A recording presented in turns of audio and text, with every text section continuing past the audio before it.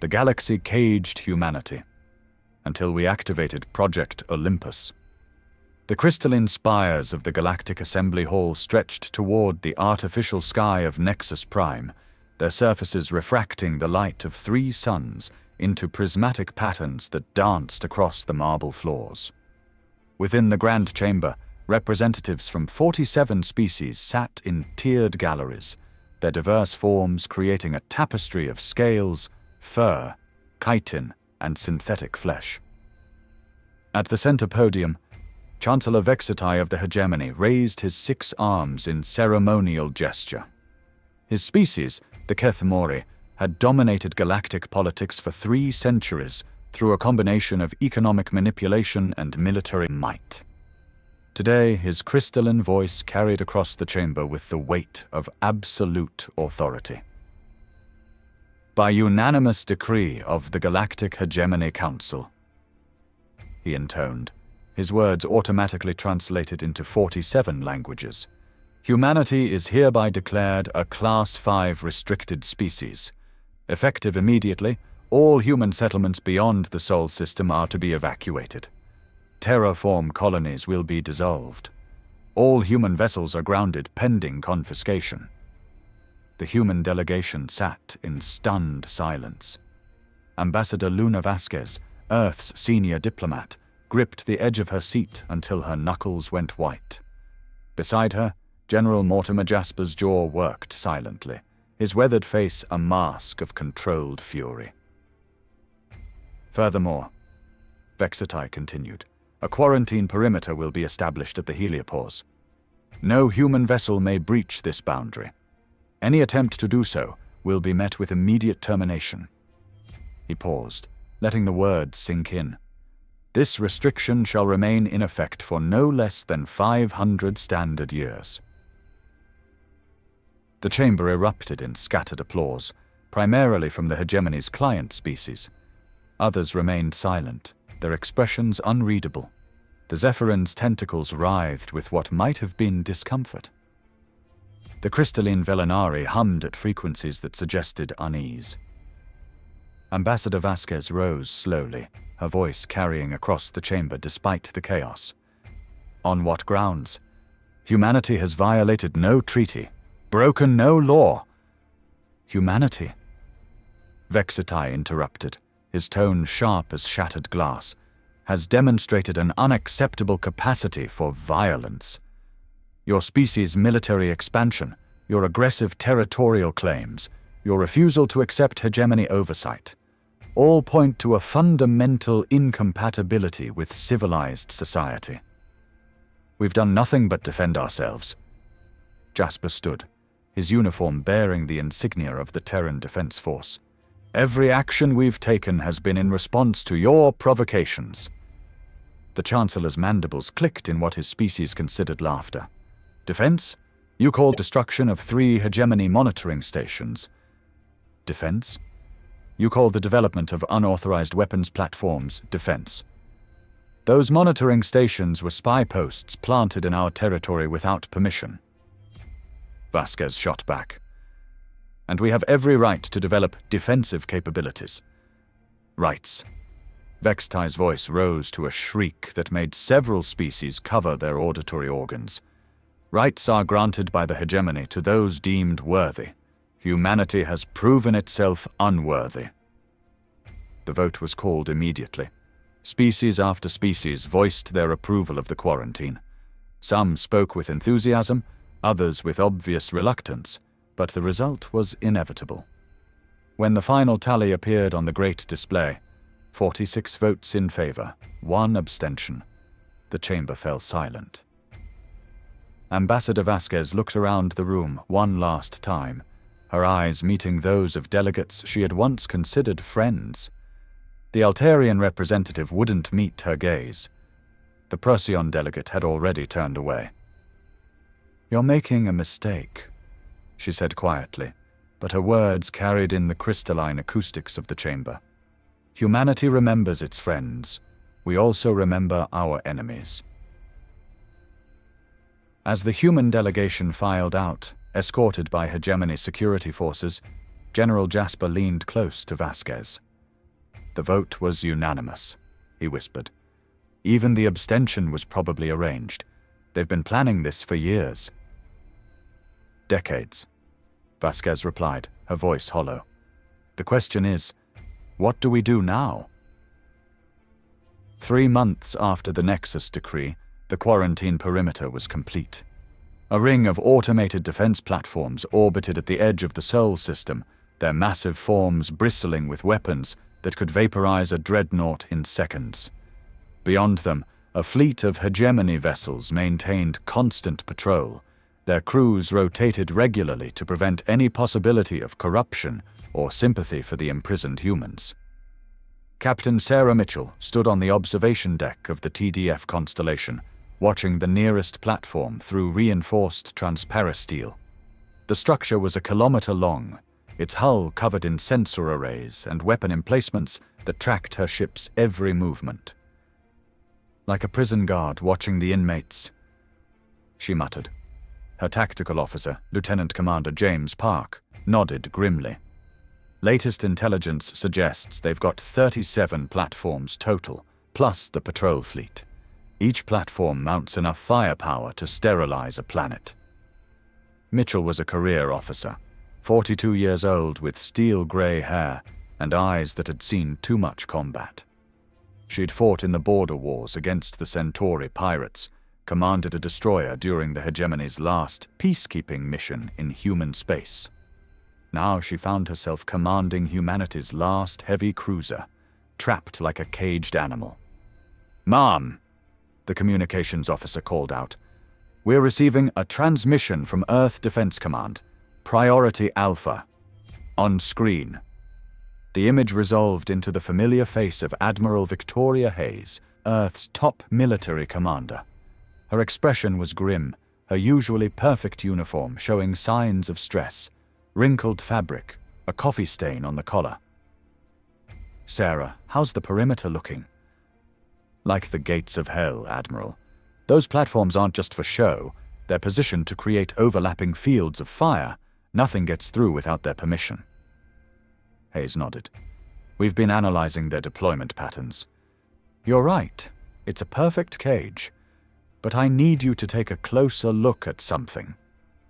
She transmitted a data package. "Focus on coordinates 247-338-091. Tell me what you see." Mitchell reviewed the tactical display, zooming in on the specified location. One of the platforms seemed slightly out of position, its weapons arrays angled differently than the others. "It's damaged," Mitchell hazarded. "Camouflaged," Hayes corrected. "That platform was supposed to be replaced last week, but the hegemony's been having supply chain issues. Lucky for us, our intelligence network is still operational." Mitchell's eyes widened. "You're talking about a breakout attempt?" "I'm talking about Project Olympus," Hayes said quietly. "Report to Lunar Base immediately. And Sarah, this conversation never happened." Lunar Base had always been humanity's most secure facility, built deep within the moon's crust during the early days of space exploration. But as Captain Mitchell descended through security checkpoint after security checkpoint, she realized she'd never seen this deep before. The final elevator ride took 20 minutes, dropping through layers of rock and reinforced titanium. When the doors finally opened, Mitchell found herself in a vast cavern that shouldn't have existed.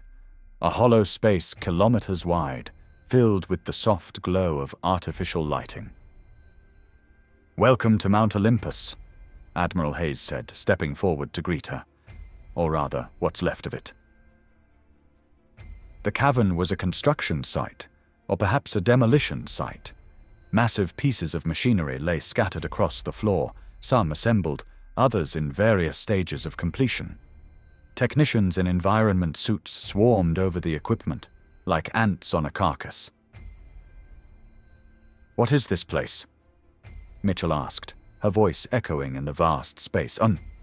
"The backup plan," Hayes replied, leading her toward a raised platform at the center of the activity. 20 years ago, when we first started having trouble with the hegemony, a group of scientists and engineers came to us with a proposal.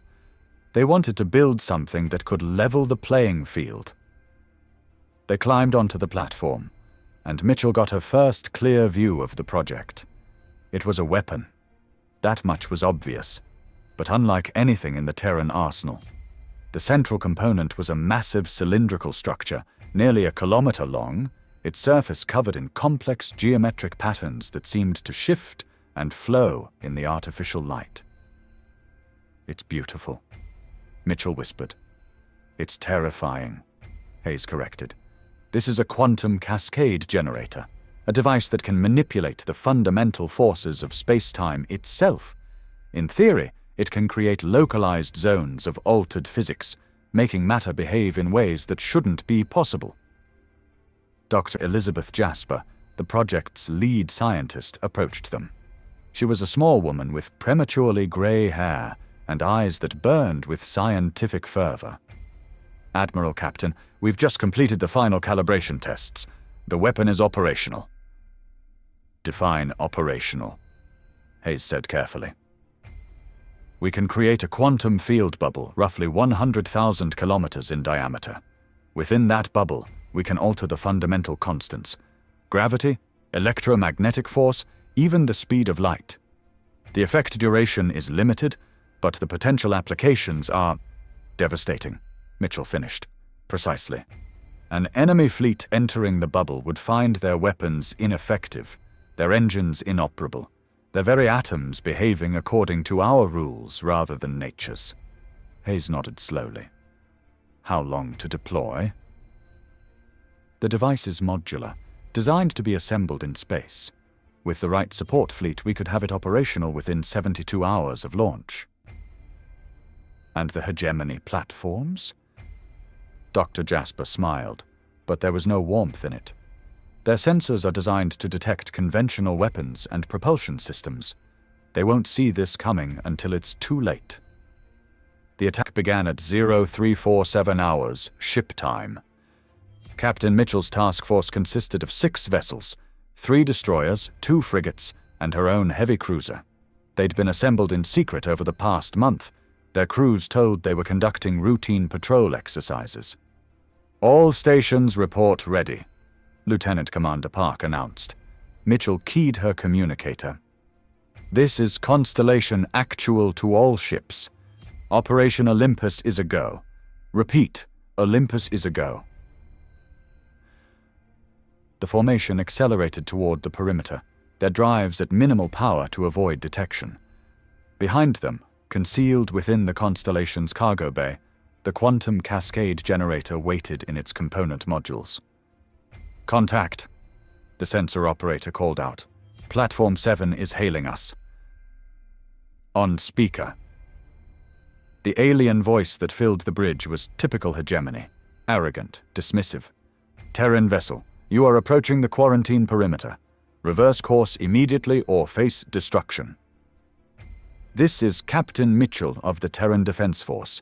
We have a humanitarian emergency on Titan. Medical supplies need to be delivered immediately." "Negative. No exceptions to the quarantine. Reverse course now." Mitchell nodded to her tactical officer. "Target their primary sensor array. Fire when ready." The Constellation's main gun spoke, sending tungsten penetrators across the void at a significant fraction of light speed. The platform's shields flared and died, its sensor array erupting in a shower of sparks and debris. "All ships, engage at will." The battle was brief but vicious. The hegemony platforms had superior firepower, but they'd been configured for area denial, not close combat. Mitchell's ships darted between them like wolves among sheep, targeting critical systems with surgical precision. "Platform 4 is down," Park reported.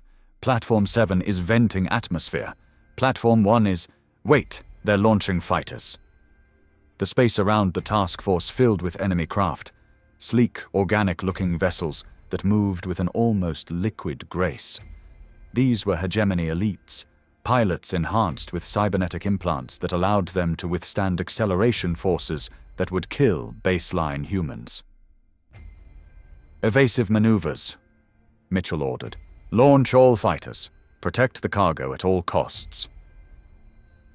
The engagement became a three-dimensional chess match, with human cunning pitted against alien technology.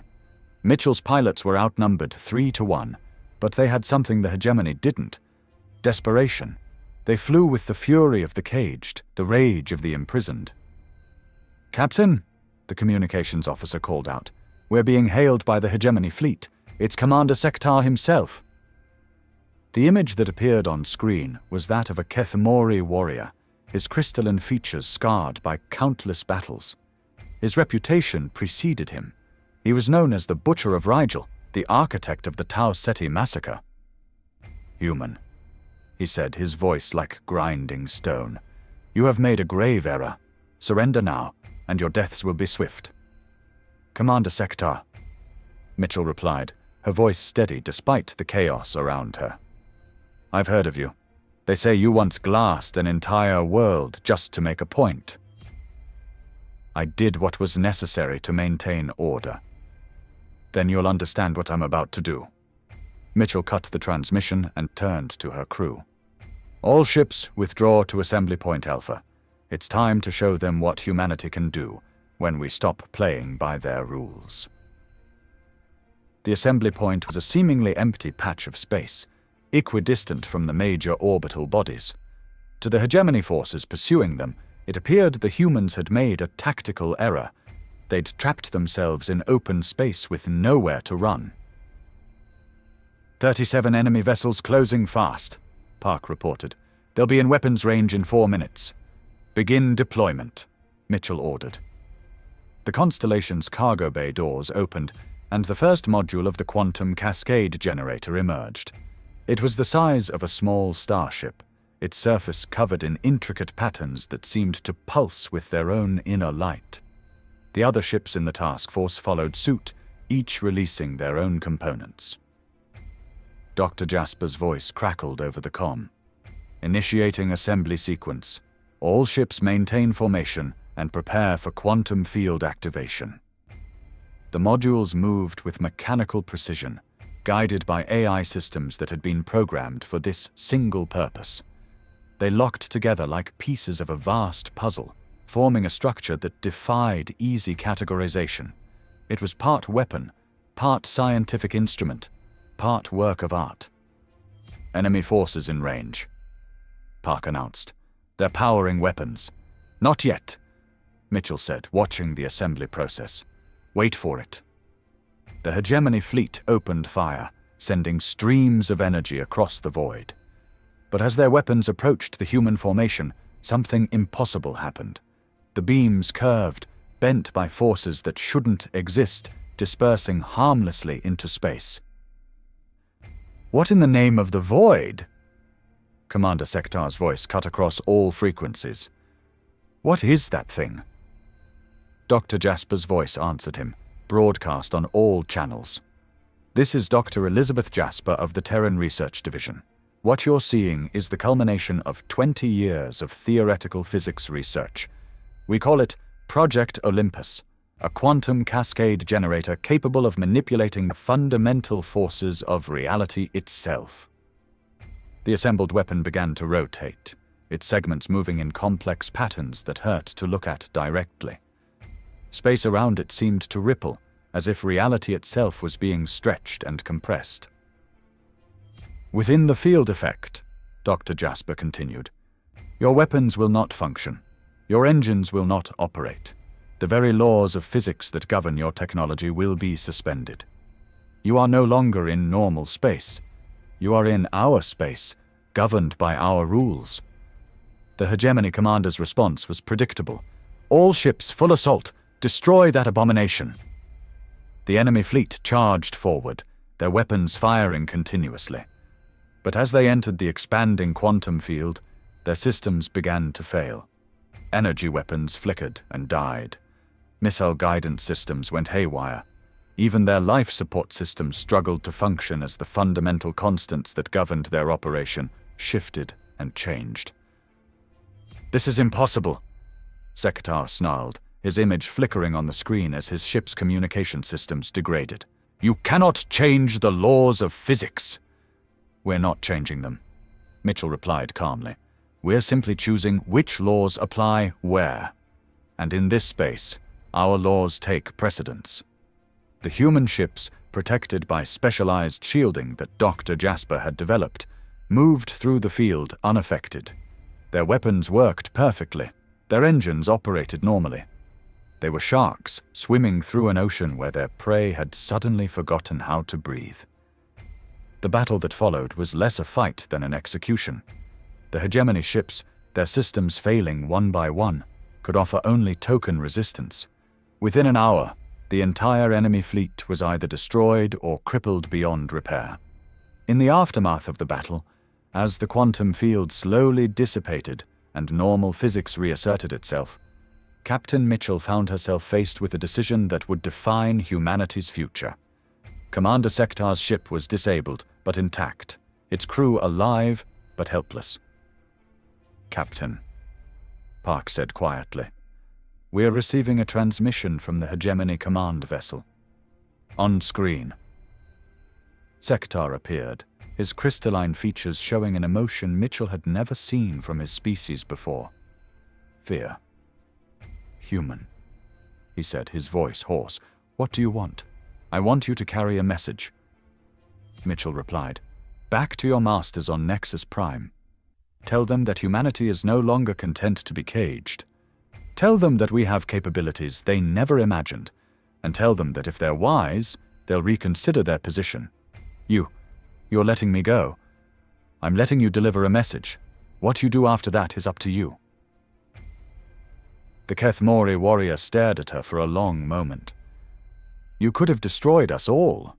Why didn't you?" Mitchell considered the question. "Because we're not like you. We don't glass planets to make a point. We don't cage entire species because we fear them.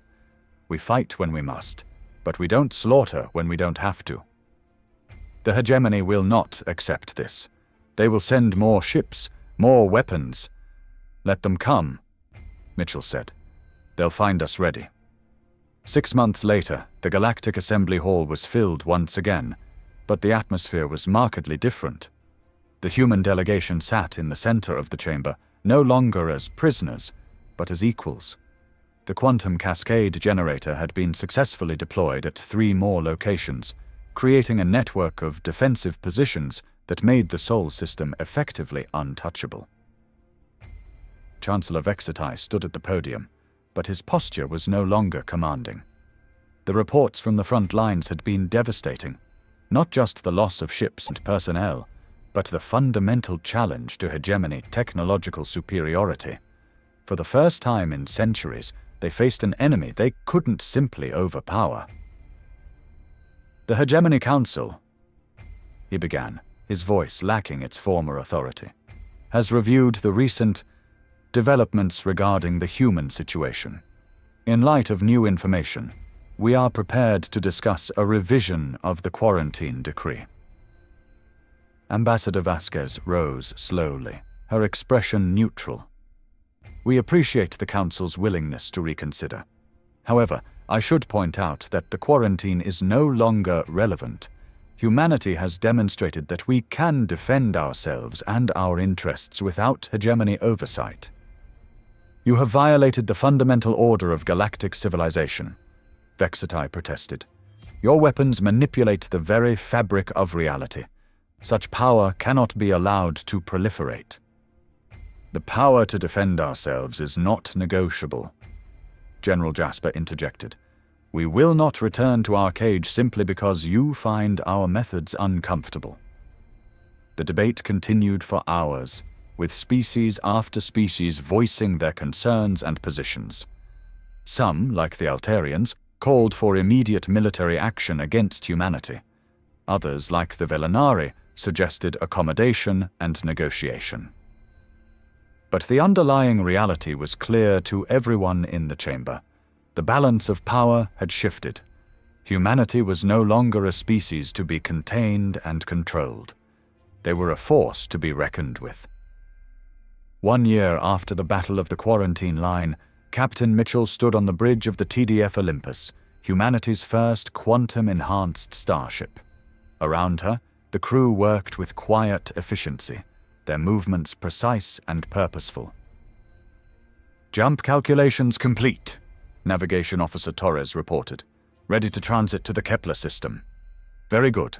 Initiate quantum drive." The ship's engines hummed to life. But these were not the fusion rockets of the past. Quantum drive manipulated space-time itself, allowing near-instantaneous travel across vast distances. Where once it would have taken months to reach the nearest human colony, the journey now took mere hours. The Kepler system had been abandoned during the quarantine, its colonists evacuated to Earth under hegemony decree. But now, with the cage broken and humanity free to reclaim its destiny, the colonies were being re-established. "Transit complete," Torres announced. "We are now in the Kepler system." On the main screen, the planet Haven appeared. A blue-green world that had once been home to 50,000 humans. Now it was empty, its cities silent, its fields overgrown. But not for long. "Communications, signal the colony ships. Tell them they can begin their approach." Behind the Olympus, a fleet of vessels emerged from quantum transit. Colony ships, construction platforms, defensive satellites. Humanity was coming home. Dr. Jasper, now serving as the ship's science officer, approached Mitchell's command chair. "Captain, I'm detecting some interesting readings from the planet's surface. It appears the hegemony left some surveillance equipment behind. Recommendations? We could destroy it, but I think there's a better option. Why don't we send them a message of our own?" Mitchell smiled. "What did you have in mind?" The message broadcast from Haven was simple but effective. It showed the planet's cities coming back to life, its fields being replanted, its people returning to their homes. But more than that, it showed humanity's new capabilities, quantum-enhanced technology that made the old rules obsolete. The response from the hegemony was predictable. Within days, a fleet of warships appeared at the edge of the system, their weapons trained on the human colonies. Commander Admiral Talkek was a Kethmori hardliner who believed that overwhelming force was the answer to every problem. "Human vessels," his voice crackled across the communications channels. "You are in violation of hegemony space. Withdraw immediately or face the consequences." Captain Mitchell's response was broadcast not just to the hegemony fleet, but to the entire galaxy. "Admiral, this is Captain Sarah Mitchell of the Terran Defense Force. I'm going to explain the new rules to you, so please pay attention." The quantum cascade generator aboard the Olympus activated, creating a field that encompassed the entire hegemony fleet. Within seconds, their advanced weapon systems began to malfunction, their targeting computers failed, and their shields collapsed. "Rule number 1, Mitchell continued, her voice calm and professional. "Humanity is no longer your prisoner. We go where we choose, when we choose, and how we choose." The hegemony ships tried to return fire, but their weapons simply wouldn't function within the quantum field. Energy beams dissipated harmlessly, missiles lost their guidance systems, and even their communication arrays began to fail. Rule number 2. Any attempt to cage us, control us, or harm us will be met with proportional response. We don't want to fight you, but we will if we must. Admiral Thalkek's image appeared on the screen, his crystalline features twisted with rage. "This is an act of war." "No," Mitchell replied. "This is a demonstration. War would involve the destruction of your fleet. I'm simply showing you that your weapons are ineffective against our technology." The quantum field dissipated, and the hegemony ships found their systems returning to normal. But the message was clear. They had been completely helpless for those crucial minutes. If humanity had wanted to destroy them, they could have done so without breaking a sweat. Rule number 3, Mitchell concluded. "We are willing to coexist peacefully with all species that respect our sovereignty. But we will not tolerate attempts to impose your will upon us through force or coercion." Admiral Thalkek stared at the screen for a long moment before cutting the transmission. His fleet withdrew, but the message had been sent to every corner of the galaxy. Humanity was no longer a species to be trifled with. 5 years after the breaking of the quarantine, the galaxy was a very different place. Humanity had established colonies in 17 systems, each protected by quantum cascade generators that made them effectively impregnable. The hegemony's power had waned as other species began to question their authority and develop their own independent policies. Captain Mitchell, now Admiral Mitchell, stood in the Situation Room of Terra Command, studying a holographic display of the known galaxy. Red dots marked hegemony territories, blue dots showed human colonies, and green dots indicated independent worlds that had broken free from hegemony control. The Altarians have officially withdrawn from the Hegemony Council, General Jasper reported. They're requesting a mutual defense pact with the Terran Federation. Approved, Mitchell replied. What about the Velinari?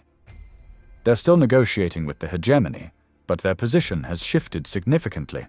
They're demanding greater autonomy and threatening to develop their own quantum technologies if the Hegemony doesn't comply.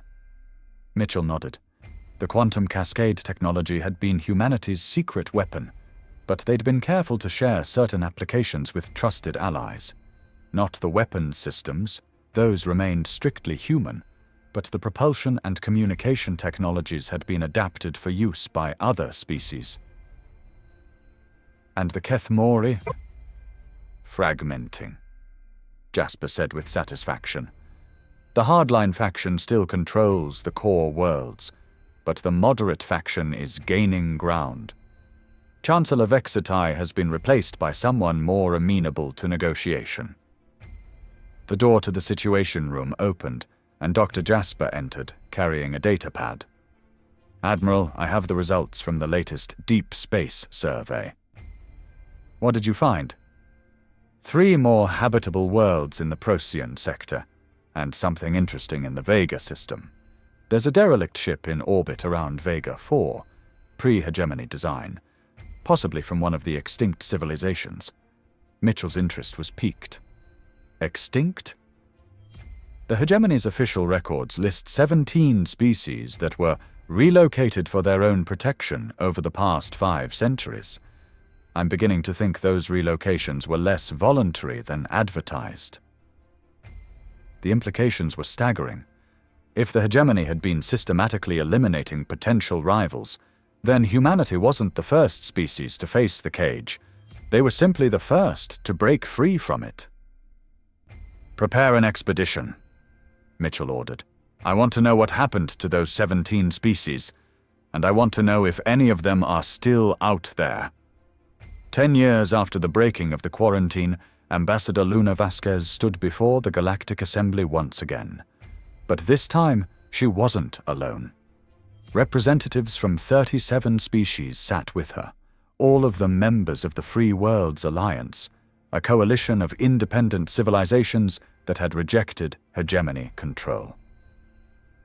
The assembly hall was nearly empty. Only a handful of species remained loyal to the hegemony, their delegates sitting in sullen silence as Vasquez addressed the chamber. Today marks the end of an era, she began, her voice carrying clearly in the crystalline acoustics of the hall. For too long, this galaxy has been ruled by fear. Fear of the different, fear of the unknown, fear of change. But fear is not the foundation of civilization. It is the enemy of progress. She gestured to the delegates beside her. These representatives stand here not as subjects of the hegemony, but as free beings choosing their own destiny. They have seen what happens when a species refuses to be caged. They have learned that freedom is not a gift to be granted by those in power. It is a right to be claimed by those with the courage to reach for it. The few remaining hegemony delegates stirred uneasily. Their power base had crumbled over the past decade as species after species had broken free from their control. The quantum cascade technology had changed everything, but it was more than just superior weapons that had brought down the old order. It was the idea that things could be different, We offer our hand in friendship to any who would join us, Vasquez continued. But we will not return to the old ways. We will not accept the cage. We will not be ruled by those who believe that might makes right. She paused, looking around the nearly empty chamber. The galaxy is vast enough for all of us, but it is not large enough for both freedom and tyranny. Choose wisely. As the human delegation filed out of the assembly hall for the last time, Ambassador Vasquez reflected on the journey that had brought them to this point. From the cage of quarantine to the freedom of the stars, humanity had refused to accept the limitations others would impose upon them. Behind them, the old order crumbled. Ahead lay a galaxy of infinite possibility, where species could chart their own course among the stars. The cage was broken, and it would never be rebuilt. In the depths of space, quantum cascade generators hummed quietly, their fields extending across vast distances. They were more than weapons. They were symbols of a new age, beacons of hope for any species that dared to dream of freedom. The galaxy had tried to cage humanity. Instead, humanity had taught the galaxy what it meant to be free. And in the depths of the Vega system, ancient ruins whispered secrets of civilizations long thought extinct, their voices carried on quantum winds to those who had learned to listen. The cage was broken, but the story was far from over. The stars, it seemed, held more secrets than anyone had imagined, and humanity, no longer content to be caged, was determined to find them all.